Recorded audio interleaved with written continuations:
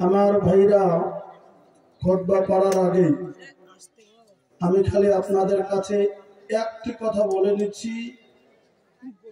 সন্ধ্যা থেকে নিয়ে বাসর থেকে নিয়ে এতক্ষণ পর্যন্ত যে সমস্ত ওলামা কেরামের কাছে আপনারা বক্তব্য শুনেছেন, আপনাদের রাজ্যের বা যদিও একজন বহির্রাষ্ট্রের, তবে ওনারা অরিজিনাল বাঙালি।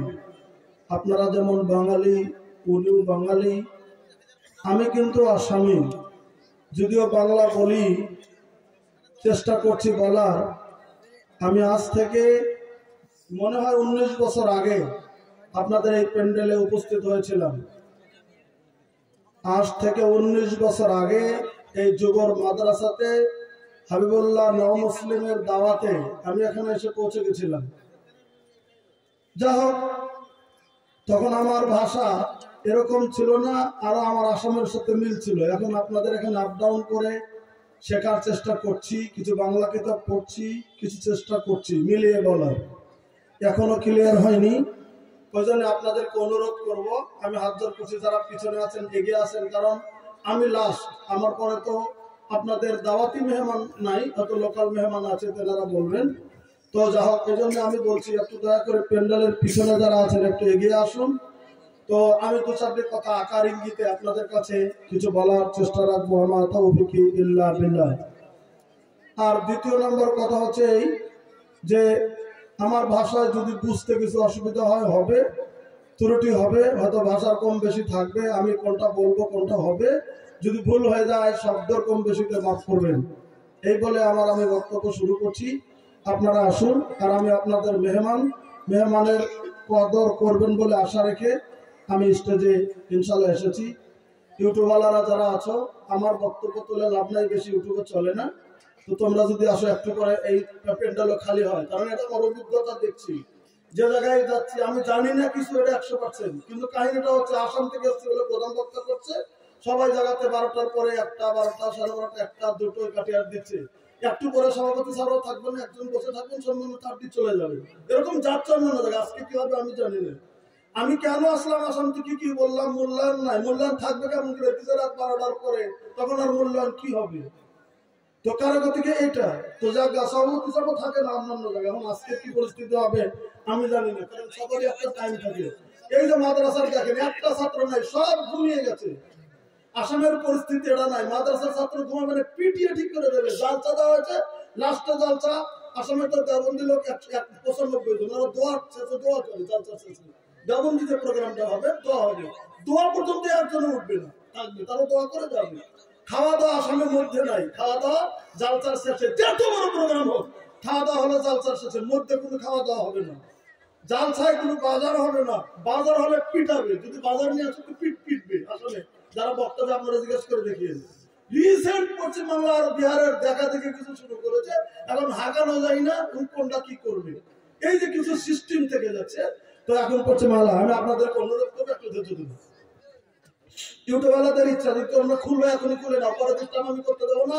এই আমার মাধ্যমে তুমি খুলতে আসবে, আমি কিন্তু খুলতে দেবো না। এখনই যদি কার আশা থাকে খুলে নেবো, খুলে নাও।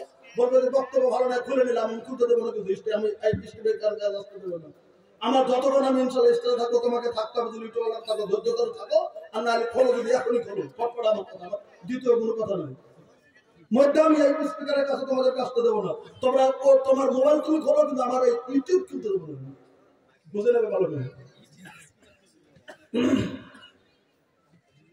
আমার মামুনকে বলছি, আপনারা মেহরবানি করে বসুন, আপনারাই আমার শ্রদ্ধা বেশি।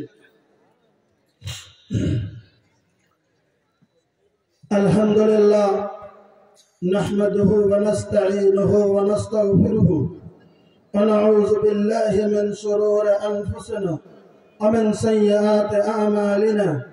মান ইয়াহদিহিল্লাহু ফালা মুদিল্লা লাহু ওয়া মান ইউদ্লিলহু ফালা হাদিয়া লাহু।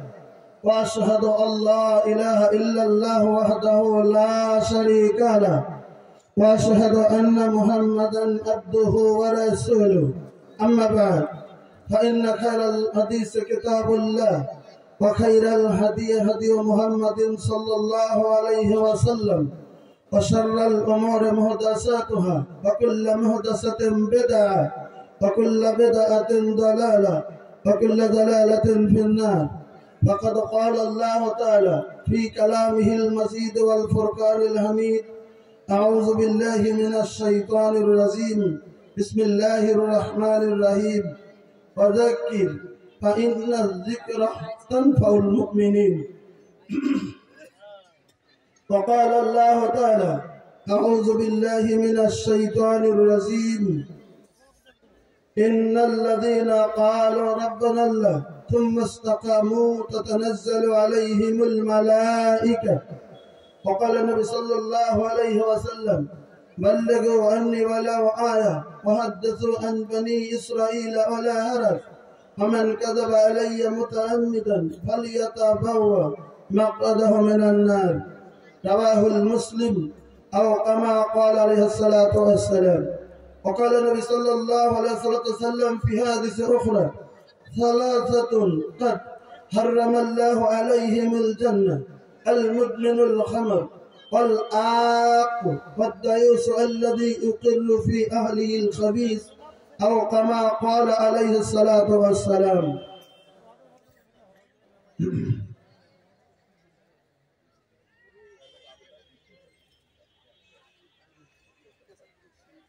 মেসাতেল ভেলময়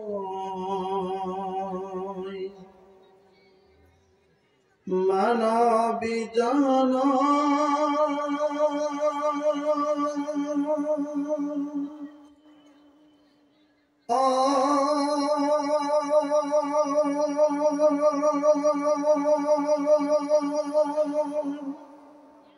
দুনিয়াদারি আল্লাহর কাফালাই গলে কি লই যাবি লকি লই যাবি। কথাটা বুখারী শরীফের তরজমা, কিন্তু আমি অসময় ভাষায় বলছি বলে এদিক ওদিক শোনা যাচ্ছে, একটু খেয়াল করে শুনুন, আমি পরে তরজমাটা বলে দিচ্ছি। মেসাতেল ভেলময় মানবী জন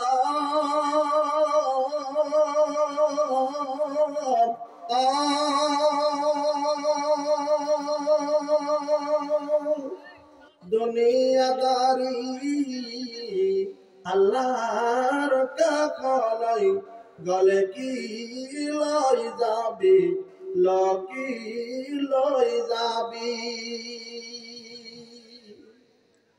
লগত যাব আমল তোর, লগত যাব আমল তোর, আরো যাব কি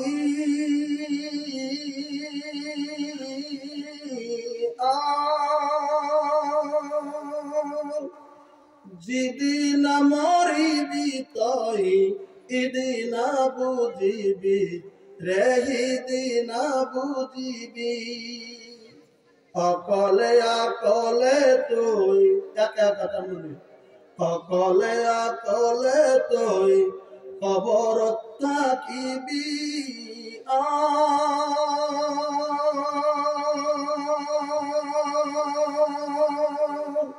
দুনিয়াদারি আল্লাহর কাফালাই গলে কি লই যাবি লকি লই যাবি।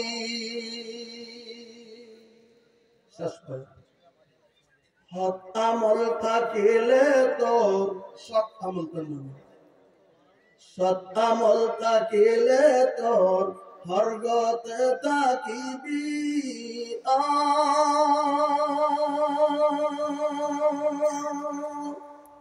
অসৎ আমল করিলে তুই নরক জ্বলিবি রে নরক জ্বলিবি। ইলেনার সিদ্ধান্ত শুনেছেন? সৎ আমল করিলে তুই স্বর্গতে থাকিবি। অসৎ আমল করিলে তুই নরক জ্বলিবি রে নরক জ্বলিবি। যেদিন মরিবি তুই হিদিনা বুঝিবি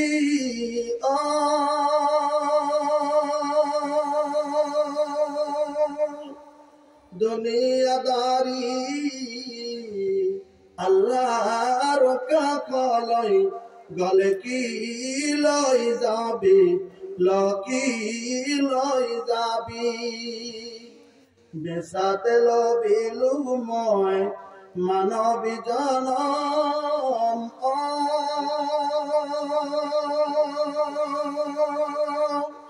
দুনিয়াদারি আল্লাহর কাকলই গলে কি লই যাবি লকি লই যাবি। উপস্থিত আজকে এই পবিত্র দিনই আয়োজিত অনুষ্ঠানের মাননীয় সভাপতি সাহেব, বিশিষ্ট ওলামায়ে কেরাম, অত্র অঞ্চল থেকে আসা সম্মানিত মুরব্বিয়ান এজাম, সম্মুখে বসে থাকা দিনের সৈনিকের মতো যুবক ভাইয়েরা, আজকের জলসায় আসা দিনের দরদিনী মা ও বোনেরা, অবশ্যই আল্লাহ রাব্বুল আলামিনের প্রতি হাজার হাজার তারিফ ও প্রশংসা যে মহান আল্লাহ রাব্বুল আলামিন মেহেরবানি করে আজকে আমাদের বিভিন্ন মায়ের সন্তানকে এই দিনই আয়োজিত অনুষ্ঠানে এত রাত্রি যাবত এই সন্ধিক্ষণে বসে থেকে দিনের আলোচনা শোনার জন্য তৌফিক দিয়েছেন। আমরা সবাই মিলে একটিবার আল্লাহ রাব্বুল আলামিনের তারিফ করি আলহামদুলিল্লাহ। আমার ভাইরা, সর্বপ্রথমে যে মহান আল্লাহর তারিফটা আমরা করলাম, আমরা কি চিনি আল্লাহ কোথায় থাকেন? আমরা একটা কথা জানি, আল্লাহ আরশে থাকেন, এ কথাটা আমরা জানি। কিন্তু আল্লাহ রাব্বুল আলামিনের কুদরত, আল্লাহ রাব্বুল আলামিনের পাওয়ার, আল্লাহ রাব্বুল আলামিনের ক্ষমতা, আল্লাহ রাব্বুল আলামিনের মহান সত্তা আমরা কতটুকু মেনেছি আল্লাহ রাব্বুল আলামিনকে? আমি নবীর উপরে দরুদ পড়ার আগে আল্লাহর পরিচয় আমি আপনাদের কাছে একটু তুলে ধরতে চাইছি। এজন্য আল্লাহর তারিফ করেছি, তো পরিচয়টা কেমন, আমরা কতটুকু আল্লাহকে মেনেছি পৃথিবীর জমিনে। আল্লাহ রাব্বুল আলামিন তার একত্ব সম্পর্কে, একত্ববাদ সম্পর্কে, আল্লাহর যে ক্ষমতা সম্পর্কে আল্লাহ রাব্বুল আলামিন তার কোরআনে বিভিন্ন জায়গাতে বিভিন্ন উপমা, বিভিন্ন আয়াত তুলে ধরেছেন। আমি আপনাদের কাছে কোরআন থেকে আল্লাহ সম্পর্কে প্র্যাকটিক্যালি প্রমাণ তুলে ধরতে যাব। আল্লাহ তিনি যে মহান, তিনি সৃষ্টিকর্তা, আমাদের তিনি কত কুদরতের কামেলে আমাদেরকে সৃষ্টি করেছেন, এই কথাটা আপনাদেরকে বলার জন্য আল্লাহ রাব্বুল আলামিন পবিত্র কোরআনে 114টি সূরা নাজিল করেছেন। 114টি সূরার ভিতরে একটা সূরা আপনারা জানেন, পবিত্র কোরআনে আল্লাহ রাব্বুল আলামিন নাজিল করেছেন, বিভিন্ন সূরায় তো নাজিল করেছেন। তার ভিতরে একটা সূরা হচ্ছে সূরাতুন নাহল, সূরা নাম্বার 16 আয়াত নাম্বার 78। এই ভাইজান, এই যে দাঁড়িয়ে আছেন, বুঝছেন আপনারা যখন দুইজন যান আর হাতে মানুষ যাব, আমার বাইরে ভাষা দুটা তিনটা বাইরে ভাষা কথা কই, মানুষ পরিবেশের দাস। কোন যে কথাটা সত্য না মিশা? এটা জোরে বলেন, মানুষ পরিবেশের দাস, মানুষ পরিবেশে চলছে। আমি আপনাদের মেহমান, আপনারা এটা বুখারী শরীফের হাদিস খুব ভালো করে জানেন, এরা কত অজস্র বার আপনারা শুনেছেন। সেই বুখারী, মুসলিম, আবু দাউদ, নাসাই বিভিন্ন, আমি আবু দাউদের এবার আপনাদের কাছে তুলে ধরছি। আল্লাহ নবী সাল্লাল্লাহু আলাইহি ওয়াসাল্লাম বলেন, মান কানা ইউমিনু বিল্লাহি ওয়াল ইয়াউমিল আখির ফালইউকরিম যায়ফা। এটা বুখারী মুসলিমের আছে উল্লেখিত, আমি আবু দাউদের যেটা riwayat করে তুলছি। আল্লাহ নবী সাল্লাল্লাহু আলাইহি ওয়াসাল্লাম বললেন, মান কানা ইউমিনু বিল্লাহি, এই পৃথিবীর জমিনে যেই ব্যক্তি আল্লাহর উপর ঈমান এনেছে, ওয়াল ইয়াউমিল আখির, কঠিন কিয়ামতের দিনের প্রতি ঈমান এনেছে, আল্লাহ নবী সাল্লাল্লাহু আলাইহি ওয়াসাল্লাম বললেন তার উচিত হচ্ছে ফালইউকরিম যায়ফা, সে যেন পৃথিবীর জমিনে মেহমানের কদর করে। কি করতে বলেছেন? মেহমানের কদর করতে বলেছেন। এটা আল্লাহ নবী সাল্লাল্লাহু আলাইহি ওয়াসাল্লামের কথা, আমার বানোয়াটি কোনো কথা নয়, আমার বানানো কোনো কথা নয়। মেহমানের কদর করেন, এটা আল্লাহ নবী সাল্লাল্লাহু আলাইহি ওয়াসাল্লাম বলেছেন যে আল্লাহর প্রতি বিশ্বাস করে, কিয়ামতের দিনকে বিশ্বাস করে। আচ্ছা, যে কটা লোক বসে আছেন, আমরা আল্লাহর প্রতি বিশ্বাস করেছি কি করিনি? একটু জোরে বলেন। পুরুষ ভাই যারা আছেন, মেয়েরা আওয়াজ করবেন না। পুরুষ ভাই যারা আছেন, আমরা আল্লাহর প্রতি বিশ্বাস করছি কি করিনি? একটু জোরে বলেন। করছেন। কিয়ামতের দিনকে বিশ্বাস করছি না করি নাই? করছি। তাহলে মেহমানকে কদর করা দরকার। আমি আপনাদের মেহমান না অন্য কিছু? একটু আওয়াজ দেন তো। মেহমান। আপনারা দাওয়াত করেছেন, যে কমিটি দাওয়াত করেছে, মানে আপনারা সবাই দাওয়াত করেছেন, আমি আপনাদের মেহমান। এখন যদি বলেন মেহমানকে কদর করবো, সবাই 1 টাকার চকলেট এনে মুখের মধ্যে দেবো। আচ্ছা, যতদিন লোক বসে আছেন 1 টাকার চকলেট বা 1 টাকার রুটির টুকরো দিলে আমার মুখে দিতে যান, আমার কতক্ষণ জানটা বাজবে? কথাটা ভালো করে বুঝে নেবেন। মেহমানকে কদর করা মানে খাওয়ানো। তাহলে আমাকে যদি খাওয়ানো শুরু করেন, সবাই যদি আসেন যে আমি দুটা করে জিনিস খাওয়াই, আমার কি চলবে? 1 টাকার জেলাপি খাওয়াই, চলবে কি? যতদিন লোক আছেন আমাকে তো জেলাপিটা ঢেকে দিতে পারবেন না। এখন আমার কদর আপনাদের খাওয়ার নয়, খালি খিলিয়ে শুধু মেহমানকে কদর করা হয় না। আমি আজকে আপনাদের মেহমান আমাকে ডেকেছেন, আমি আপনাদের এখানে আসছি 2 কথা বলার জন্য। আপনারা যদি সুষ্ঠুভাবে সাথে আমার কথাটা 10 মিনিট, 15 মিনিট, 20 মিনিট, আধা ঘন্টা সময় শোনেন, 1 ঘন্টা সময় শোনেন, আমি এখন খুশি হব। এটাই হচ্ছে আমার কদর। বলেন কথা ঠিক কিনা? এটাই হচ্ছে আমার কদর এখনকার জন্য। আজকে এখনকার পরিস্থিতি, খাওয়ানোর টাইমটা পার হয়ে গেছে। হয়তো রাস্তায় দেখা হতো কেউ ডেকে, হুজুর আসেন, আপনি আসানোর বলে চলেন 1 কাপ চা খাই, আমি আপনাকে খেয়ে যেতাম, আমার কদর হয়ে যেত। কিন্তু এখন হচ্ছে আমাকে একটু সময় দেবেন, আপনারা যতই কষ্ট হোক, একদম কষ্ট হোক, নিশিক আপনাদের উপর চলে গেছে, তবু আমি আপনাদের মেহমান, আমি আপনাদেরকে হাতে পায়ে ধরবো। সময় নির্দিষ্ট না থাকলেও আমি অত লম্বা সময় আলোচনা এগিয়ে যাবো তো যাবো না। কিন্তু একটা কথা আমি আগেই বলেছি, স্টেজ ফাঁকা, লোক কোটে ভাগা যায়। এই হাদিস আপনারা শুনেছেন যে একজন ভালো কাম স্টার্ট যখন প্রথম করে, তার দেখা থেকে যত কাম করে ভালো, ওই প্রথম ব্যক্তি করে নালে নেকিটা পেয়ে যায়। ওরকম খারাপ কাম স্টার্ট করে, তার দেখা থেকে যত করবে ওরকম করে তার গুণা পেয়ে যাবে। তো আজকে তো খারাপ কাম না যাওয়া দেখা যাবে, কিন্তু দেখা দেখি যত লোক চলে যাবে, অন্তত নেকি দিবে, মারও মোটা হবে। এখানে বসে থাকলে নেকিটা পাবেন যে 2 জন উঠে গেলেন, তার দেখা থেকে আর 2 জন গেল, তার দেখা থেকে আর 3 জন গেল, প্রথম যে 3 জন উঠলেন, তাহলে যত লোক মাহরুম হলো আপনার জন্য হবে। কথাটা বুঝতে পারবেন? এখন কেরা উঠবেন, 2 জন উঠবেন। আমার কথা ভালো করে বললাম। আমার ভাইরা সে বলে দিয়েছেন হাবিল কাবিল, কথাটা আনি নিয়ে জন্য ওরা ছিল কাতলের ব্যাপার, ওদিন আমি আনিনি কথাটা, ওটাও বিশ্বনবী উল্লেখ করেছেন।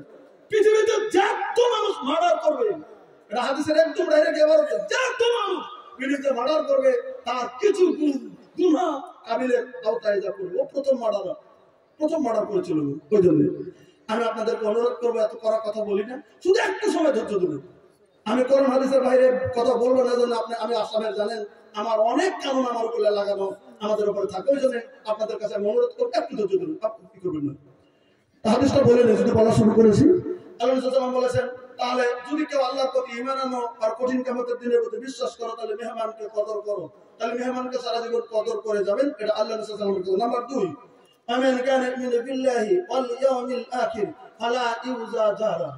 পৃথিবীর জমিনে কেউ যদি আল্লাহর প্রতি ঈমান আনো আর কঠিন কিয়ামতের দিনের প্রতি বিশ্বাস করো, পড়শিকে যেন কষ্ট দিও না, পড়শির উপর জুলুম দেবে না, পড়শিকে কোনো কষ্ট দিবে না, পড়শির সঙ্গে ভালো ব্যবহার করবে।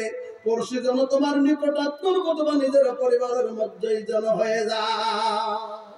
আমাদের যিনি বিশ্বের নবী, তিনি কত বিচক্ষণ পৃথিবীর জমিনে পড়শির সন্তুষ্টি করার জন্য, পড়শিকে রাজি খুশি রাখার জন্য আল্লাহ রাব্বুল আলামিনের নবী স্পষ্টকরণ করে দিলেন, তুমি যদি সুন্দর ধনী পরিবার পৃথিবীর জমিনে, আর তোমার পাশে পড়শি গুলিন যদি গরিব লোক যদি বসবাস করে, আল্লাহ রাব্বুল আলামিনের নবী বললেন, তুমি যদি বাড়িতে রান্না করবে, ভাত হয়তো সবার বাড়িতে হবে, ভালো তরকারি সবার বাড়িতে সব দিন হয় না, তুমি যে আঞ্জাবা তরকারিটা রান্না করবে, আল্লাহ রাব্বুল আলামিনের নবী বলেন, তুমি তরকারিটার ভিতরে একটু পানি বেশি করে, ঝোল বেশি করে দিও। ঝোল বেশি করে দেবে। তুমি যদি তোমার মাংসের টুকরাটা, তুমি মাছের টুকরাটা যদি তুমি পড়শিকে দিতে না চাও, অন্তত একটু ঝোল ওই গরিব পড়শিদের বাড়িতে তুমি পৌঁছে দিও। আল্লাহ রাব্বুল আলামিন তোমার প্রতি রাজি খুশি হয়ে যাবে। সুবহানাল্লাহ বলেন। তার পড়শির হক কত, একটু ঝোল বেশি করে দিতে বলেছেন। কারণ আপনার বাড়ির পাশে পড়শি আছে গরিব, তাদের ছোট ছোট ইতিম বাচ্চারা আছে, আপনি ডেইলি মাংস রান্না করে বিভিন্ন মশলাযুক্ত মাংস খাবেন, তার সেন্টটা তাদের বাড়িতে পৌঁছে যাবে, আর আপনি কিছুই দিবেন না জীবনে, তারা হাহাকার করবে। এটা মহা অন্যায়। পড়শির হক আদায়ের জন্য নবী পানি দিয়ে ঝোল একটু বেশি করে দিয়ে, তোমার মাংস দিতে যদি মনে নাও চায়, একটু ঝোল বেশি করে দাও। দেখেন আল্লাহ নবী সাল্লাল্লাহু আলাইহি ওয়াসাল্লাম পড়শিকে কতই করতে বলেছেন। বলেন, কেউ যদি আল্লাহর প্রতি বিশ্বাস করো, কঠিন কিয়ামতের দিনকে বিশ্বাস করো। আলা ইউজা যারা, পড়শিকে কষ্ট দিও না, পড়শির সঙ্গে তুমি ভালো ব্যবহার করবে, পড়শিকে তুমি নিকটতম জমিনের ভিতরে করবে। আজকে তো পৃথিবীর জমিনে পড়শির সঙ্গে ঝগড়া বিবাদ পৃথিবীর জমিনের ভিতরে অজস্র হচ্ছে। খালি পড়শির সাথে কেন বাপ বেটা ঝগড়া হচ্ছে, চাচা ভাতিজা ঝগড়া হচ্ছে, ভাইয়ে ভাইয়ে ঝগড়া হচ্ছে, গ্রামে গ্রামে ঝগড়া হচ্ছে, সতীনে সতীনে ঝগড়া হচ্ছে, শাশুড়ি বৌমা ঝগড়া। আপনাদের এখানে শাশুড়ি বৌমা কোনো ঝগড়া হয়? কোন জেলা? মুর্শিদাবাদ জেলা, তাই তো? শাশুড়ি বৌমা ঝগড়া হয়, স্বামী স্ত্রী কিছু কিছু কোন কোন সময় স্বামী স্ত্রী কিছু কিছু যারা আল্লাহ রাব্বুল আলামিনের নবী বলেন, নামান শুনেন। খালি আপনাদের একটা কথা ভূমিকা তো বলে যাচ্ছে, একটু খেয়াল করুন। আমার মামুন আল্লাহ রাব্বুল আলামিনের নবী বলেছেন হাদিস বুখারীতে প্রথম খণ্ডে একবার প্রথম দিকে দিল্লিতে বন্দর সাবাল 9 নাম্বার পৃষ্ঠা দৃষ্টি আনা হয়েছে। আল্লাহ রাব্বুল আলামিনের নবী বলেন, উরিতুন নারা আকসারু আহলিহা নিসা। বুখারী প্রথম খণ্ড 4 নাম্বার 9 প্রথম দিকে আল্লাহ রাব্বুল আলামিনের নবী বলেন, সাহাবীরা শুনে নাও, আমি নবী আমাকে দেখানো হয়েছে জাহান্নামের ভিতরে যখন নজর করেছিলাম, আমি দেখছিলাম জাহান্নামের ভিতরে মহিলাদের সংখ্যা বেশি। উরিতুন নারা আকসারু আহলিহা নিসা, মহিলাদের সংখ্যা জাহান্নামের ভিতরে বেশি। কারণ কি জানেন? আল্লাহ রাব্বুল আলামিনের নবী কারণ সঙ্গে সঙ্গে উল্লেখ করে বলে দিয়ে গিয়েছিলেন, বলে কি, ইয়াকফুরনা, মহিলারা পৃথিবীর জমিনের ভিতরে কুফরিতে পাকা, নাশুকরিতে পাকা। কুফরিতে বলা যাবে না, নাশুকরি বাক্য এখানে, নাশুকরিতে পাকা, মহিলারা নাশুকরিতে পাকা। পুরুষ ভাই একটু ধৈর্য ধরুন, মহিলারা কেমন নাশুকরি করে আল্লাহ রাব্বুল আলামিনের নবী কোন কথা বলেছেন। বাইগা আল্লাহ রাব্বুল আলামিনের নবী বলে দিলেন, মহিলারা নাশুকরিতে পাকা। সাহাবা কেরাম জিজ্ঞাসা করলেন, নবী গো আয়াতফুরনা বিল্লাহি, মহিলারা কি আল্লাহর কৃতজ্ঞতা নাশুকরি করে নাকি পৃথিবীর জমিনে অকৃতজ্ঞ হয় নাকি? নবী বলে দিলেন, শুধু আল্লাহর নয়, মহিলারা পৃথিবীর জমিনে দুটি নাশুকরিতে পাকা। বলে কি? বলে ইয়াকফুরনাল আশিরা ওয়া ইয়াকফুরনাল ইহসান। এই দুটি শব্দ আল্লাহ রাব্বুল আলামিনের নবী বুখারীতে বলেছেন। অন্য হাদিসে আছে ইয়াকফুরনাল আশি তুকসিরুনাল লানা ওয়া তাকফুরনাল আশিরা। দুটি শব্দ পৃথিবীর জমিনের ভিতরে আল্লাহ রাব্বুল আলামিনের নবীর জবানে বেরিয়ে গেছেন। দ্বিতীয় হাদিসের শব্দ যদি আপনাদের কাছে বলে দেই, মহিলাদের ভিতরে দুটি খাসলত বেশি আছে। মুর্শিদাবাদ যুগের অঞ্চলের মহিলাদের আছে কিনা জানি না, তবে আল্লাহর নবীর কথা হচ্ছে বিভিন্ন জায়গাতে এমন খাসলত আছে। এক নাম্বার তুকসিরুনাল লানা, মহিলারা অযথা বকাবকিতে পৃথিবীর জমিনে এক নম্বরে পাকা। অযথা বকাবকি, মুখের ভাষা লান্তান লানাত পরিষদ জমিনের ভিতরে।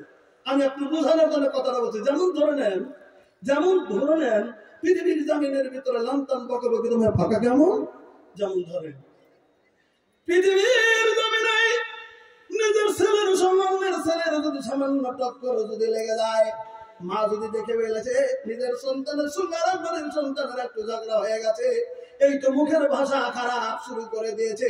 নিজের মুখের ভাষা জমিনের ভিতরে কন্ট্রোল করে নাই, যা ইচ্ছে তাই জমিনের ভিতরে মহিলারা বলে দিতে চলছে।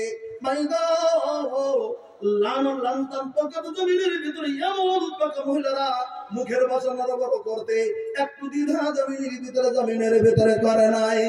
মহিলারা এমন পাকা, ওই যে ছেলের সঙ্গে মার দুশ্মনী পৃথিবীর জমিনের ভিতরে বালিশে শুয়ে শুয়ে ফোন করে স্বামীকে উত্তপ্ত করে দিয়ে দিনের বেলা মাকে ছেলে উত্তপ্ত জমিনের ভিতরে দেখে নাই যে মা নিজের কলিজার টুকরোকে পৃথিবীর জমিনের ভিতরে কত করে জমিনের ভিতরে আঁচল তুলে কেন্দার করে পৃথিবীর জমিনে নিজের সন্তানটা লালতে পালিত করে বড় বানিয়েছে।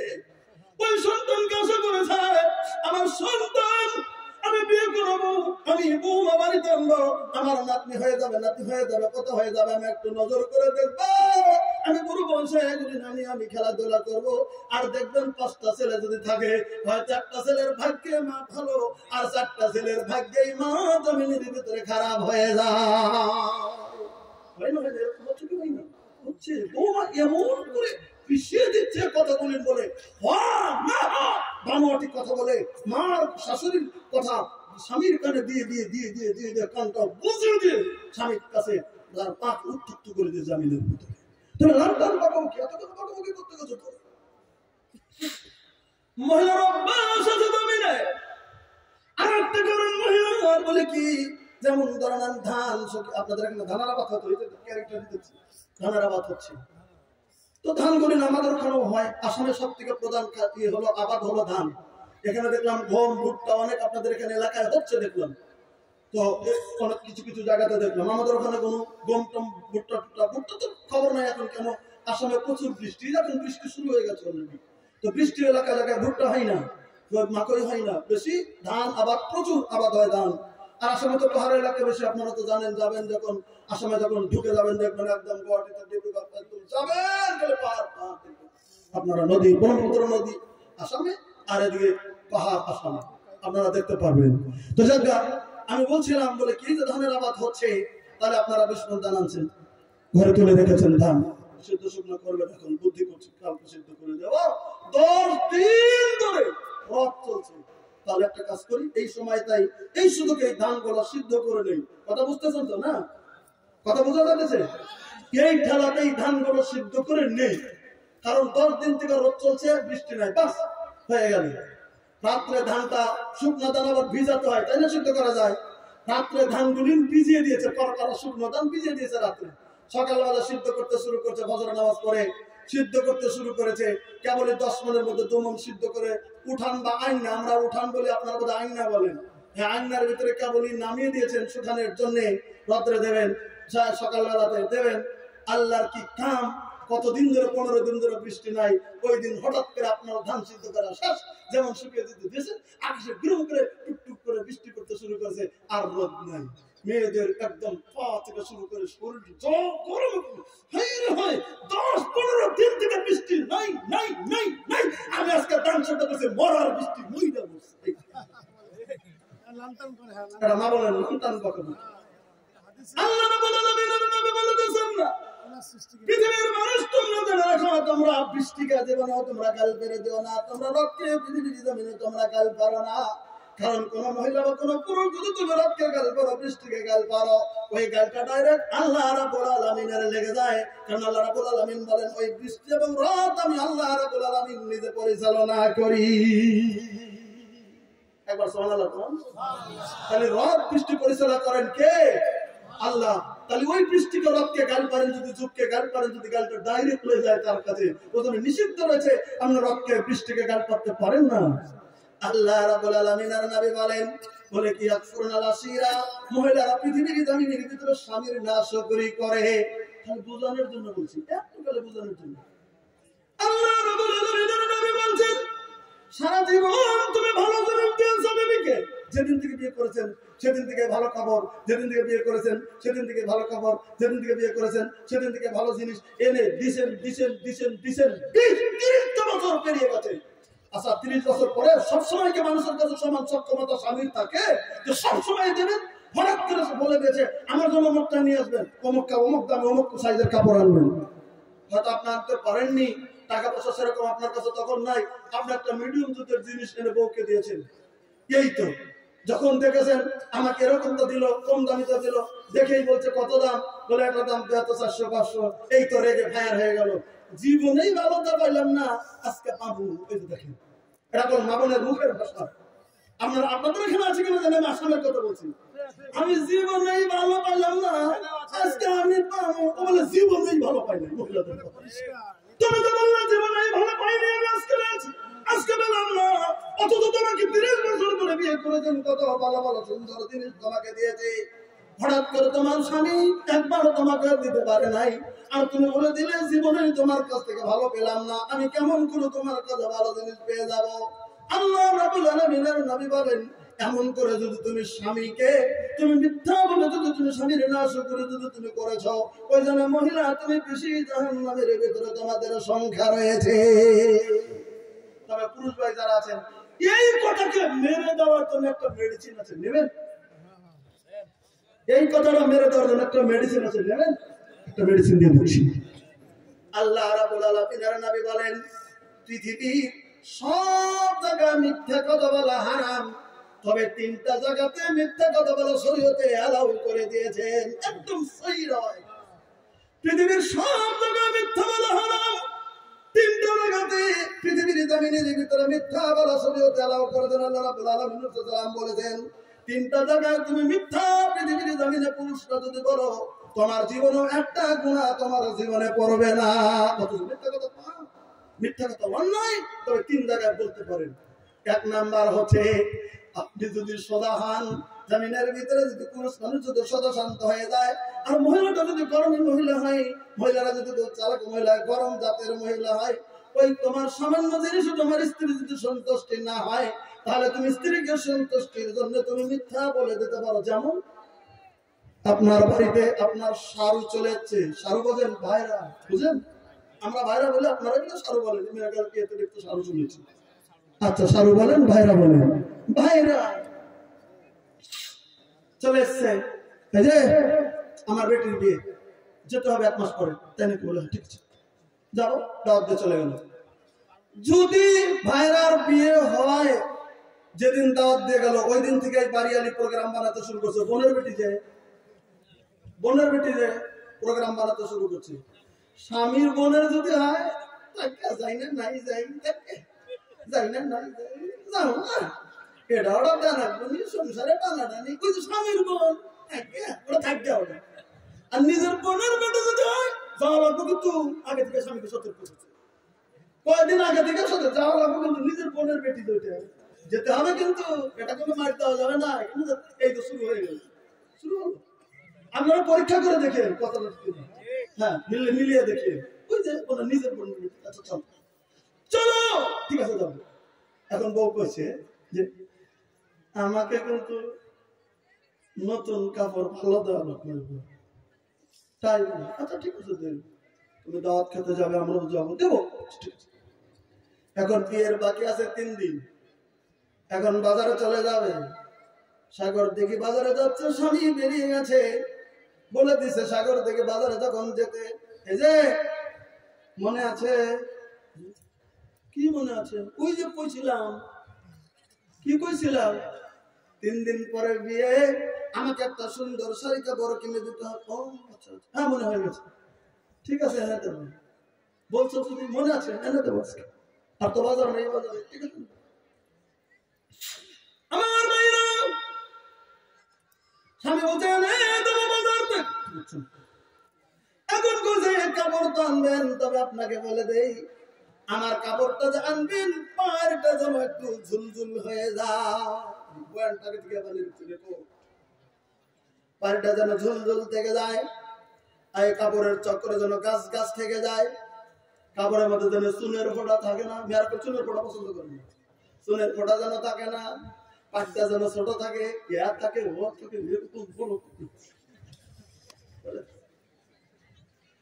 আচ্ছা কয়টা স্বামী মুখস্থ করবো বলেন? ওরা কোথায় মাস্টারের বউকে দেখেছে, কোথায় যে কার কাছে দেখেছে, কত রং যদি বলে স্বামীর মাথায় খোলা, আপনি চিন্তা করেন। আমার ভাইরা, ঠিক আছে ফেলে দেবো, চলে গেল। ওই যে বড় দোকানের ভিতরে চলে গেছে, এমন এমন এমন এমন কাছে আমার চারটা পায়ের ভিতরে, বাড়ির ভিতরে যেন ঝুলঝুল থেকে যায়, পাটটা যেন ছোট থেকে যায়, গাছ গাছ যেন থেকে যায়, সব কিছু যেন থেকে যায়। বলেছে আর কি কাপড়ের বড় দোকানদার একটা কাপড় চাইছে, 20টা কাপড় বের করে দিয়েছে। দেখে দেখে দেখে দেখে দেখে দেখে সবটা গোল লেগে গেছে, তার ভিতরে দেখে দেখে দেখে দেখে সব থেকে পছন্দ করে যেটা ভালো দেখা যায়, ওই কাপড়টা নিয়ে বাড়িতে চলে এসেছে। কিন্তু টাকা কম ছিল, 450 থেকে 500 টাকা দামের কাপড়টা নিয়ে বাড়ির ভিতরে চলে এসেছে, কারণ টাকার সঙ্গে সংযুক্ত করে আমি কাপড়টা নিয়ে চলে এসেছে। বাড়িতে চলে এসছে, তো সন্ধ্যা হয়ে গেছে, কাপড়টা নিয়ে এসছে, আসার পরে সবকিছু দিয়েছে। এবার স্বামী মনে মনে ভাবছে আজকে খুশি হবে, স্ত্রীর কাপড় দেবো, কাপড় চেয়েছি দেবো না, হ্যালো তোমার কাপড় নিয়েছিলাম, তোমার কাপড় দেখবেন, খেয়াল করে দেখিয়ে বউটা কাপড় হাতে নেবে, ঘরের ভিতরে ঢোকার আগেই কাপড়টা বের করে ভাঁজ করে দেখতে শুরু করে দেবে। কাপড়টা কেমন, আর ঠিক আছে কিনা, যেরকম বলছেন আছে, গাছ গাছ আছে কিনা আছে, ঝুল ঝুল আছে কিনা আছে, কিন্তু ওই যে কছিল চুনের ফোঁটা নেব না, সামান্য একটু চুনের ফোঁটার মতো দেখা যায়, ওটাতে দেখেই বিবি ফায়ার হয়ে গেছে। কইছি চুনের ফোঁটা কাপড় তাসুনের ভোটারা কাপড় নিয়ে আসছেন, কইছি বেমনের কথা নিয়ে আসছেন। এই বুঝাচ্ছে যে না অনেক দেখেই টানছি, শর্ত মিলানো যায় না, মিলতে শর্ত মিলিয়ে আনছি। আমি না আমার ফুলের আগে চলবো। এখন কইছে যে কয় টাকা দাম অরিজিনাল যদি 400, 450, 500, ওই জন্যই তো কত দামি কাপড় কেনবে আমার 400 টাকা ফায়ার হয়ে গেল। আর আপনি যদি আসার পরেই বউটাকে কাপড় দেওয়ার আগে একটু মিটার গরম করে দিয়েন, অর্ডার করো 75 রকম কথা কাপড়ের কথা বলো, আর ঝুল লাগে তোমার ই লাগে এটা লাগে ওটা লাগে, এরকম মিলন যায়। এই দোকানে গেলাম, ওই দোকানে, ওই দোকানে, ওই দোকানে গেলাম, কাপড়ের দাম এরকম কিন্তু বলে দিচ্ছি, কাটতে দেখো তুমি এত দাম কাপড় তুমি জানো? আমার কাছে টাকা নাই, 500 ছিল, আরেক মাস্টার কাছ থেকে 500 নিয়ে, আমার কাছে 200 নিয়ে 1200 টাকা কাপড় দাম নিল। এই কাপড় পাওয়া যায়, এত রং বলে দেওয়া যায়। যখন কাছে 1200 টাকা, তখন আমি দেখে দেখে কারণ মাবন কাপড়ের পাগল না, মাবন হচ্ছে পৃথিবীর দাবিদের ভেতরে দামের পাগল। কারণ কথা ঠিক কিনা? কারণ যখন শুনছে 1200, একদম লাগলে একটা কাজ করবেন, কলম থাকে না পকেটে, এই কলম দিয়ে করবেন কি, কলম দিয়ে না, ওই যে যেটা সাব কোডের 1200 লিখে দিন, আমার পরেই টাকা দাবি বাজিয়ে দেবেন। দেখুন আমি একটা কথাও বলেনি, আপনার টাকা দাবি ও বাপ্পা যে আসলেই 1200। আল্লাহ রাব্বুল আলামিনের নবী বলেন, তুমি 400 টাকা কেমন আনছো, তুমি দুগুণ তিনগুণ, তুমি দুগুণ তুমি বাড়িয়ে দাও, তুমি 1200 বলেছো, তোমার স্ত্রী রাজি হয়ে গেছে। আমি বিশ্বর নবী বললাম, এই মিথ্যা কথা বললে তোমার জীবনে একটা আমল নামায় পাপ লেখা হবে না। আজ থেকে বুদ্ধি দিয়ে দিলাম, আপনারা যদি জিনিসের স্ত্রীকে জীবন কোনো দিন করবেন না, আর ওরা যদি কেনেন কি কোন দিনও করবেন না, লেখা আনবেন কলম দিয়ে, দাম আলাদা করে আনবেন, যতই ভালো তাদের দেখবেন যে 2 মাস পরে ফেরা পাল্টাবে। বলেন পাল্টাবে না? পাল্টাবে না। নাকের মুল বানিয়ে দেবেন চ্যাপটা, কদিন করে গোল তাবল দেওয়া যায়, ওটা দিন পর লাগিয়ে দিবেন, আবার কোথায় চোখটা তাও দেওয়া যায়, চোখ কাটা না দিলেন, কদিন পরে আরেকজন দিতে বেল পাত্তা বলতে ওটা বলো মেয়েদের এটা সিস্টেম। কারণ কি, এটা আমাদের কথা না, এটা আল্লাহ নবী সাল্লাল্লাহু আলাইহি ওয়াসাল্লাম বলেছেন, মেয়েরা বাঁকা। রাসূলুল্লাহ বলেন, তবে পুরুষকে একটা হুকুম দিয়েছেন আল্লাহ রাব্বুল আলামিনের নবী, ইস্তাউসু বিন-নিসাই খায়রা। এটা বুখারীর ইবারত, ইস্তাউসু বিন-নিসাই খায়রা। আয় সাহাবীরা, তোমরা তোমাদের স্ত্রীর সঙ্গে ভালো ব্যবহার করিও। কেন? মেয়েদের সঙ্গে খারাপ ব্যবহার যদি করো, যদি শাসন করতে শুরু করে দাও পদে পদে পদে পদে, তোমার সংসার পৃথিবীর জমিনের ভিতরে টিকবে না।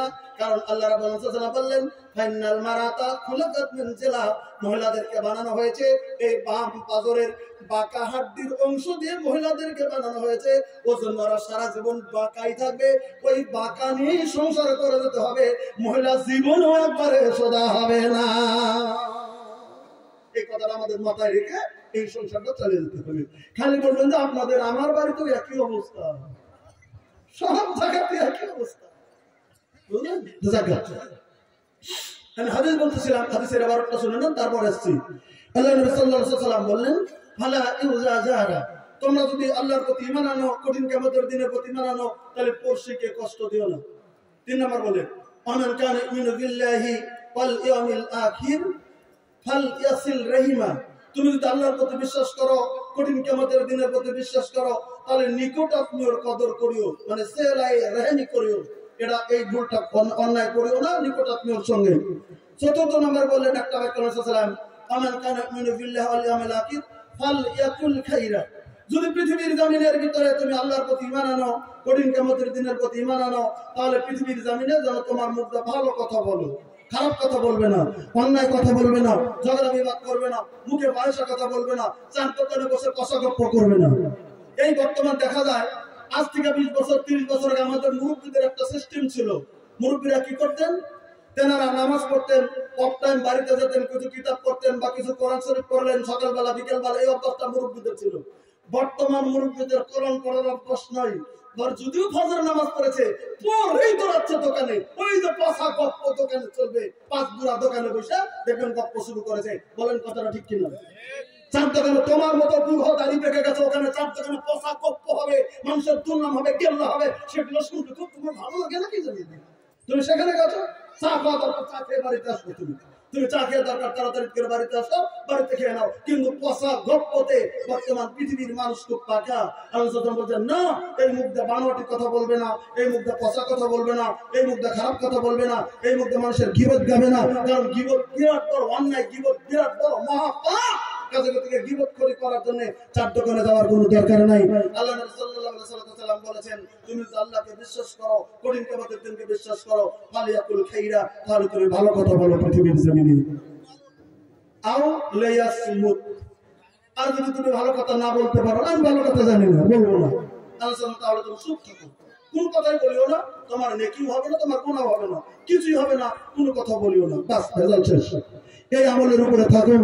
আল্লাহ তাআলা যেন আমাদের আমল করার তৌফিক দেন, আমিন বলেন। ওদের আমি বলছিলাম, আমি আপনাদের মেহমান, আমাকে একটু সময় দেওয়ার জন্য আপনাদের কাছে আবদার করছিলাম। আসলে রাত্রি যখন ভারী হয়ে যায়, আমি যতই জুলুম আপনাদের কাছে বলি, কিন্তু যখন জুলুম নিজেদের হয়ে যায়, দূরে যেতে হবে, একটু শুইতে হবে, কেউ হয়তো তাহাজ্জুদ করবেন, তাদের জন্য একটু জটিল হতেই চলবে। 1:40 বাজে, আর আপনারা আমার জন্য 30টা মিনিট সময়, আমি আপনাদের কাছে ভিক্ষা চেয়েছি, যে কটা লোক বসে আছে, আর 30 মিনিট সময় আপনাদের কাছে আমি ভিক্ষা চেয়েছি, বাস। এখন যে কটা লোক বসে আছেন, আর আধা ঘন্টা সময় দেবেন। মুরব্বী যুবক যারা আছেন, মা বোন তো আপনাদের ছেলে থাকবে, একটু বসুন। আমার ভাইরা, এবার বলছি, শুনে রাখুন, আল্লাহ রাব্বুল আলামিনের নবী সাল্লাল্লাহু আলাইহি ওয়াসাল্লাম আমাদের যিনি নবী, আমি নবীর প্রতি দরদটাই ভুলে গেছিলাম আলোচনা করতে যে, যারা শুধু করে নিচ্ছি আমাদের বিশ্ব নবী সাল্লাল্লাহু আলাইহি ওয়াসাল্লামের প্রতি শত শত দরুদ সালাম আল্লাহুম্মা সাল্লি আলাইহি আল্লাহুম্মা বারিক আলাইহি। এবার আসুন, আমরা আজকে সারা জীবন শুনেই গেলাম, 5 বছর প্রত্যেকটা রাত্রে জালসা হচ্ছে, আর প্রত্যেকটা রাত্রে জালসা শুনছি, কিন্তু আমাদের পরিবর্তন হয় না। কিন্তু আল্লাহ রাব্বুল আলামিনের নবীর যুগে নবীকে কত ভালোবাসতেন, নবীর কথায় কেমন পরিবর্তন হয়েছেন, আমি একটা ওয়াকিয়া আপনাদের কাছে তুলে ধরতে চলছি। ভাইরা, সামান্য সময় আমরা দেওয়ার জন্য সময় জমিনের ভিতরে মিলাতে পারছি না দিনের জন্য। না না, আল্লাহ রাব্বুল আলামিনের নবীর যুগের যারা সাহাবা কেরাম ছিলেন, তারা নবীর জন্য, দিনের জন্য পৃথিবীর জমিনের ভিতরে তারা কত মেহনত করেছেন। একটা খালি ওয়াকিয়া শুনে আপনারা যাবেন। আল্লাহ রাব্বুল আলামিনের যুগলীন সাহাবী ছিলেন, অজস্র সাহাবী ছিলেন নবী, তার জন্য তার ভিতরে একজন সাহাবীর নাম ছিল হযরত সুহাইব রুমি রাদিয়াল্লাহু তাআলা আনহু। হযরত সুহাইব রুমি রাদিয়াল্লাহু তাআলা আনহু, একটু দয়া করে ক্লিয়ার করে দিন। হযরত সুহাইব, অনেক সাহাবী ছিলেন মক্কা, অনেক সাহাবী ছিলেন মদিনা, এই সাহাবীটা ছিলেন গ্রিক দেশে, রোমে। কেমন করে তিনি গ্রিকে গেলেন? এই সুহাইব রাদিয়াল্লাহু তাআলা তিনি আসলে আরব বংশোদ্ভূত ছিলেন, কথাটা ক্লিয়ার করলেন। আরব বংশোদ্ভূত ছিল, কিন্তু ওনার বাবার নাম ছিল সিনান বিন মালিক। এই সিনান বিন মালিক উনি ইরাকের বসরা শহরের গভর্নর ছিল। যেমন পশ্চিমবাংলার রাজ্যপাল আছে, আসামের রাজ্যপাল আছে, মেঘালয়ের রাজ্যপাল আছে, বিহারের রাজ্যপাল আছে, সেরকম করে উনি বসরা রাজ্যপাল ছিল, বসরা রাজ্যে। এই সুহাইব রুমির বাবা সিনান বিন মালিক। তো রাজ্যপাল থাকতে এই ছেলেটার বয়স 6 বছর। তখন তার মা একদিন ছেলেকে নিয়ে বেড়াইতে গেছে। আপনাদের এখানে তো অনেক লোক, আমি কোনোদিন যাইনি, খালি শুনে থাকি বিভিন্ন বক্তার কাছে, এখানে নাকি আপনাদের কাছাকাছি হাজারদুয়ারি আছে, আছে না? কোথায় যেন আছে, মুর্শিদাবাদ হাজারদুয়ারি আছে। অনেক লোক নাকি দেখতে যায়, আমি একবারও যাইনি, এত এসছি আমার সময় মিলাতে পারিনি দেখতে। তো যাক শুনেছি লোক দেখতে যায়। কলকাতা, হ্যাঁ জি, কলকাতা দেখতে যায়, সায়েন্স সিটি দেখতে যায়। তো কলকাতা সায়েন্স সিটিতে আমি গেছি না, অনেক সময় দেখতে যায়, জু চিড়িয়াখানা দেখতে যায়। আসামের চিড়িয়াখানা কোনোদিন যদি যান গুয়াহাটি, চিড়িয়াখানা দেখবেন। আসামের চিড়িয়াখানাটা আবার অন্য চিত্র, মানে পাহাড়ের মধ্যে, তো সমস্ত ভাগ সিংহগুলো একদম ডাইরেক্ট পাহাড়ের মধ্যেই করা, মানে আসাম তো পাহাড়ের মধ্যে চিড়িয়াখানাটা। আপনার কলকাতাটা সরজমিনে, কিন্তু আসামে যেমন একদম পাহাড়ের মধ্যে চিড়িয়াখানাটা, টোটাল পাহাড়টা ঘেরাও করে বিভিন্ন জিনিস রাখা হয়েছে। আসামে গুয়াহাটিতে একদম প্রপার সিটি, গুয়াহাটির কাছে পাহাড়, আর ওই পাহাড়ের চিড়িয়াখানা যদি কোনোদিন যান তাহলে দেখতে যাই, খুব মানে বিভিন্ন আছে। তো এই যে জিনিসগুলো দেখতে যায়, এই সুহাইব রুমির মা তার ছেলেকে নিয়ে নদীর কিনারায় বেড়াতে গেছে। সে যুগে হামলা হতো ডাকাতদের, এখন তো ডাকাত নাই বর্তমান, এখন বাড়িতে বাড়িতে ডাকাতি হয় না। আজকে 30-40 বছর আগে হতো, এখন হয় না, কারণ ডাকাতের বাড়িতে ঢুকে গেলে অন্য রুম থেকে যদি মোবাইলটা ফোন করে জানিয়ে দেয় সঙ্গে সঙ্গে একদম বাড়ি ঘেরাও হয়ে যাবে, ডাকাত আর পালাতে পারবে না, যতই বড় পিস্তল আল্লাহ হোক ডাকাত পালাতে পারবে না। যেন এখন ডাকাতি নেই, সেজন্য ডাকাতি হতো খুব ঘন ঘন। এই ডাকাতি চলছে সোনার উপর গয়না গাড়ির নিচে। আর তখন মানুষের বাজার ছিল, ছাগল গরুর মতো মানুষ বিক্রি হতো, বাচ্চা দাস বিক্রি হতো, গোলাম বিক্রি হতো। তাই ওই সিনান ইবনে মালিকের স্ত্রীর কাছ থেকে এই সুহাইব রুমিকে টন দিয়ে ছিনে নিয়ে ডাকাতরা পালিয়ে নিয়ে চলে গেছে, বিক্রি করে দিয়েছে। এরকম করে বিক্রি হতে শুরু হয়ে গেল। ঘটনাটা শুনে নেবেন একটু দয়া করে। বিক্রি হতে হতে হতে হতে একবারে গ্রিক দেশের আজারবাইজান বাজারে, তার আজারবাইজান তিনি জায়গার ভিতরে তিনি থাকতে শুরু করে দিল। অন্যের কাছে তিনি একটা রাজ্য বড় ছেলে, তার তকদিরের চক্করে বিক্রি হয়ে হয়ে ডাকাতের কাছে পরে বিক্রি হতে হতে হতে হতে আজারবাইজান গ্রিক দেশের ভিতরে তিনি চলতে শুরু করে দিয়েছে। কিন্তু এই যে রাজ্যপালের ছেলে, তার প্রেমটা কিন্তু তেমনই আছে, বিরাট বড় ব্রেন, চেহেন তিনি খুব বেশি, মানুষের বাড়িতে গোলাম আছে, এদিকে বড় হয়ে গেছে। কিন্তু মনে মনে মনে মনে মনে মনে শুধু বলে, আমি তো যে কোনো একটা ধর্মের ভিতরে দীক্ষিত হয়ে জমিনের ভিতরে থেকে যেতে চাই, আমি যে কোনো ধর্মে যাব। আর সেখানে গ্রিকে ছিল খ্রিস্টান ধর্ম, খ্রিস্টান যাজক ছিল। এই বাড়িতে থেকে যে বাড়িতে থাকে তার হুকুম মানে, আবার একটু আজব সময় পালে তিনি খ্রিস্টান যাজকের কাছে চলে যায়, আমি আপনার কাছে দিনই এলএম শিক্ষার জন্য ধার্মিক শিক্ষা দিয়ে দিন। খ্রিস্টান যাজক দেখলো একটা রাখাল এত ধর্মের প্রতি আগ্রহ, সব জিনিসকে বুঝাইতে বুঝাইতে বুঝাইতে শুরু করে দিল। এরকম করে প্রায় 20 বছর যাতে চলছে, যাজকটা মারার সময় হয়ে গেছে। হঠাৎ করে একদিন একটা কথা বলছে, এই আমি একটা কথা বলি রে তোকে, কি একটা সত্য কথা বলে যাই, শুনবি সুহাইব? হ্যাঁ বলেন। ওস্তাদ বলছেন, শেষ শুনবি।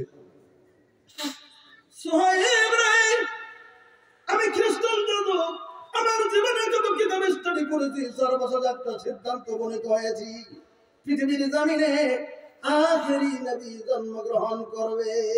একটু সালাম।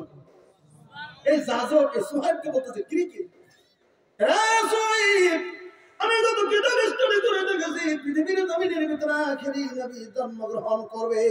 আমার যতটুকু স্টাডি অসেরি পৃথিবীর জমিনের ভিতরে সেই মানুষটা মনে প্রকাশ পাবে। আমি অপেক্ষা ছিলাম, আখেরি নবী তার নাম হবে মোহাম্মদ, বাবার নাম আব্দুল্লাহ।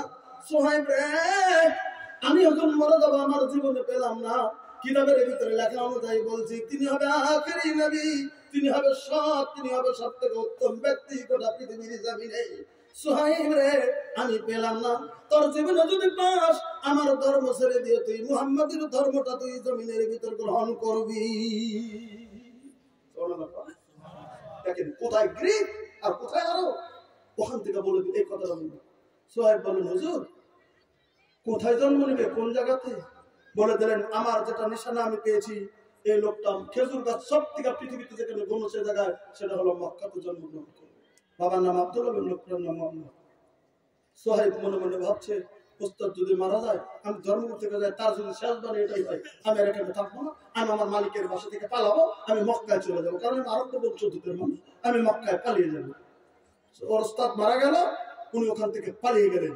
পালিয়ে চলে চলে চলে চলে চলে চলে 2 মাস চলে গেছে, গ্রিক থেকে পালিয়ে পালিয়ে চলে চলে চলে চলে মক্কায় চলে এসেছেন।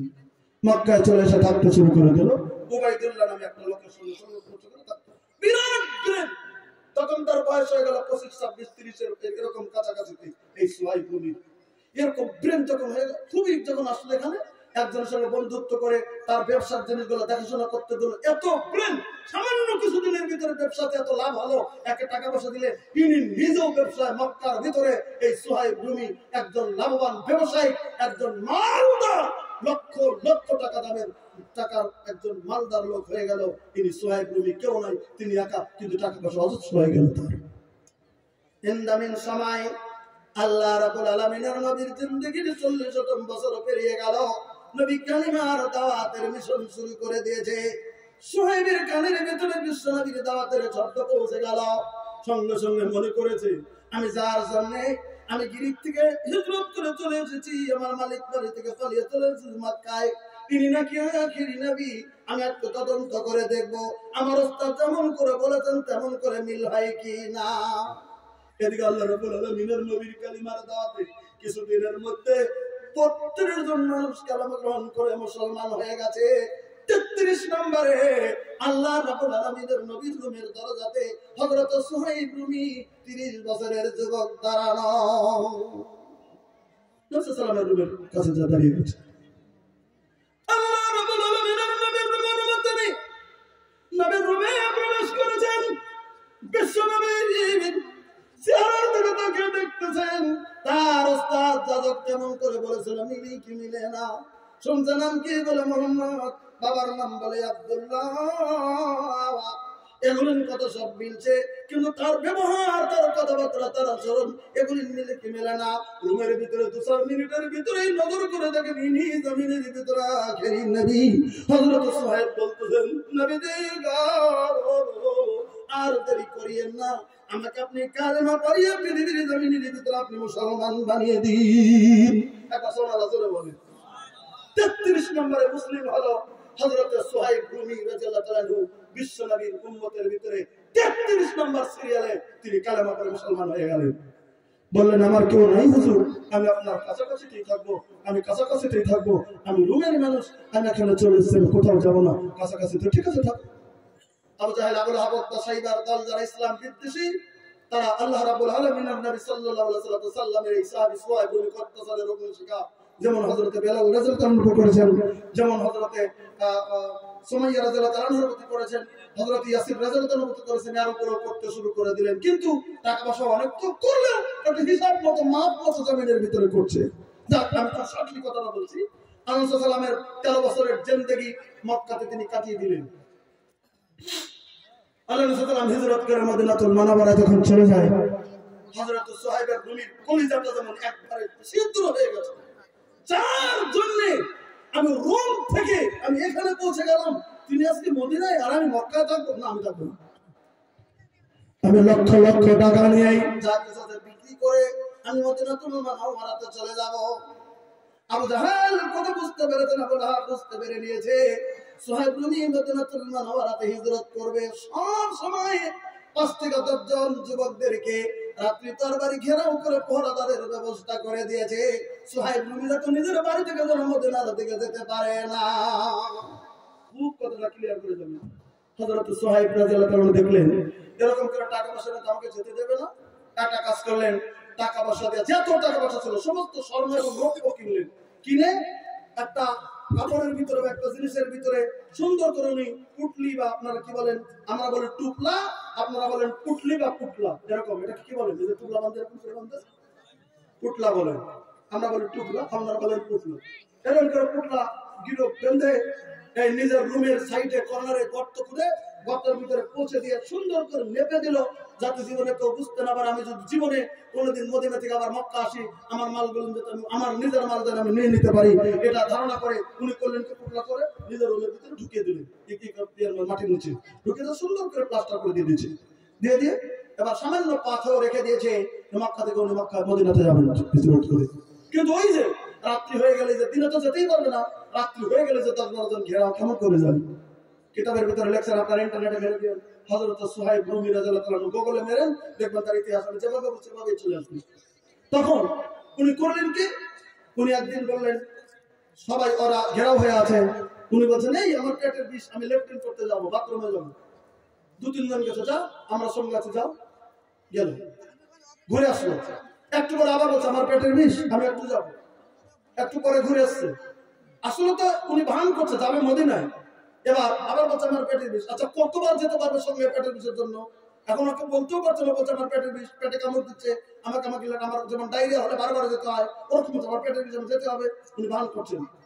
সব 2-4-5 বার যাবো, একাই যাচ্ছি, যেতে পারবো, তোর সঙ্গে যেতে পারবো না। যেমন বলছো তুই একাই যা, ওর আগে থেকে এই সবকিছু গোছানো ছিল, একাই একবার যে বেরিয়ে গেছে তো মদিনার দিকে। সুবহানাল্লাহ বলুন। রাত্রির ঘটনা, মদিনার দিকে আধা রাত্রিতে ছুটলো হযরত সুহাইব রুমি মক্কা থেকে। একটু পরে এরা তালাশ করে দেখে সুহাইব রুমি নাই, কই গেল, এত ভেঙে গেল, দৌড়া তাড়াতাড়ি ঘোড়া নিয়ে কুটনি ছুটলো। আর পিছনে অনেক দূর যায়, কিছু দূর যাওয়ার পরে উনি হেঁটে যাচ্ছে, আর অশ্বরোহী নিয়ে কত দূর যেতে পারবে। যার পরে ওকে দেখলো, ও যাচ্ছে, দৌড়ে ওকে পেয়ে গেল। ও একটু টিলার উপরে চললো, ওর কাছে ছিল কিছু টুনির ভিতরে কিছু তীর ছিল, আর হাতে একটা ধনুক ছিল, আর একটা তরবারির সাথে ঝোলানো ছিল, ধারালো তরবারি, আর সামান্য কাপড়, আর সাথে কিছু পয়সা ছিল, যে মদিনা পর্যন্ত পৌঁছে যেতে পারে। ওকে ঘেরাও করে বলে, এই তুই মদিনায় পালিয়ে যাচ্ছিস, তুই ভান করে যাচ্ছিস, তোকে যেতে দেবো না। সোহাইব রুমি কি বলেছিলেন জানেন? আমাকে যেতে দেবি না তোরা? এরা 10-12 জন ছিল। যেতে দেবি না? না, আমার হাতে তীর আছে, তুমিরে তীর আছে, তোরা তো জানিস রুমের লোক তীর খুব পাকা, আমি একটা একটা করে তীর মেরে দেবো, তাদেরকে খতম করে দেবো। যতক্ষণ পর্যন্ত তীর থাকবে আমি মেরেই থাকবো। তীর যখন ফুরিয়ে যাবে আমি তখন তরবারি চালাবো। আমার শরীরে 1 ফোঁটা রক্ত থাকা পর্যন্ত আমি তরবারি চালিয়ে যাবো, আমাকে মদিনার কাছে ফিরাতে যদি কেউ আসবে। তখন এরা কিছু ঘাবড়ে গেল, হাজার হলে জানটা কে দিতে চায়? তখন কে তোকে তো যেতে দেবো, তো তুই সব সম্পত্তি নিয়ে তুই আমাদের এখানে, তুই গরিব হয়ে আসছিস, তুই একটা কামলা, তুই একটা ছিলি মজদুর, তুই এসেছিলি মক্কায়, এখানে তুমি কামাই করে সমস্ত টাকা নিয়ে তুমি মদিনায় যাবে, আমাদের টাকা নিয়ে যেতে দেবো না। তখন বলছে, ও এই টাকা নিয়ে যাচ্ছি বলে যেতে দেবে না? তুই টাকা দিলে যেতে দিবি? বলে আর টাকা দিয়ে যা। তখন বলছে, আমার সমস্ত টাকা পয়সা দিয়ে আমি স্বর্ণরৌপ্য কিনেছি, আমার রুমের এক কর্নারে গতিত করে রেখেছি, যা তোরা নিগা। বলছে তোর কাছে আমরা চেক করে দেবো, দেখো। তখন চেক করে দেখলো সামান্য পাথর আছে, বলে কাপড় খুল। কাপড়টা খুলে দিল। কাপড়টা খুলে দিয়ে সামান্য, যেটা কোনো মতে কাপড় পরিধান শরীরে শুধু রাখে, ছোট কাপড়, সেই ছোট কাপড় দিয়ে বলছে, এবার তুই যা। উনি বললেন, ঠিক আছে আমি তাও যাবো। সব কিছু দিয়ে আল্লাহ রাব্বুল আলামিনের নবীর মুহাব্বতে হযরত সুহাইব রুমি মক্কা থেকে মদিনার দিকে রওনা হয়ে যায়। বলেন তো, মক্কা থেকে 450 কিলোমিটার মদিনা, মক্কা থেকে 450 কিলোমিটার মদিনা। আল্লাহ রাব্বুল আলামিনের নবীর মুহাব্বতে না খেয়ে না দে রাস্তার ভিতরে সে খুঁজে সামান্য কিছু কে কে কে কে হেঁটে হেঁটে হেঁটে হেঁটে মক্কা থেকে মদিনা মারার দিকে তিনি চলে যায় সুহাইব রুমি। কতদিন পর্যন্ত এমন করে করে করে যখন মদিনায় পৌঁছে গেছে, হযরত সুহাইব রাদিয়াল্লাহু আনহু মদিনায় যখন পৌঁছে গেল, আল্লাহ রাব্বুল আলামিনের নবী মসজিদে নববীর মেম্বারের কাছে বসে তালিম দিচ্ছেন। ইন্নামিন সময়ে হযরত সুহাইব রুমি রাদিয়াল্লাহু আনহু মদিনার ঘরের উদ্ধার, মদিনার মসজিদে নববীর দরজা যাইয়া আল্লাহ রাব্বুল আলামিনের নবীকে সালাম দিয়েছে। একবার সুবহানাল্লাহ। 13টা বছর একসঙ্গে নবীর সঙ্গে থেকেছেন। যখন কণ্ঠস্বর সুহাইব রুমির ভেসে গেছে নবীর কাছে, নবী তখন বুঝতে পারছে আমার চেনা আওয়াজ। এটা কে রে? আওয়াজ তো আমার চেনা, আমাকে সালাম দিয়েছে। সুহাইব রুমি মসজিদে নববীর দরজার ঘেরের ভিতরে দাঁড়ালো। আল্লাহ রাব্বুল আলামিনের নবী মেম্বারের কাছ থেকে উঠে মসজিদে নববীর দরজার কাছে এসে পৌঁছে গিয়েছে। নবী মুখের দিকে তাকিয়ে দেখেন চেনা যায় না, কারণ কতদিন থেকে ঠিকমতো খানা দানা নাই, গায়ে কাপড় নাই, সেরাপাটা গেঞ্জির মতো কাপড়।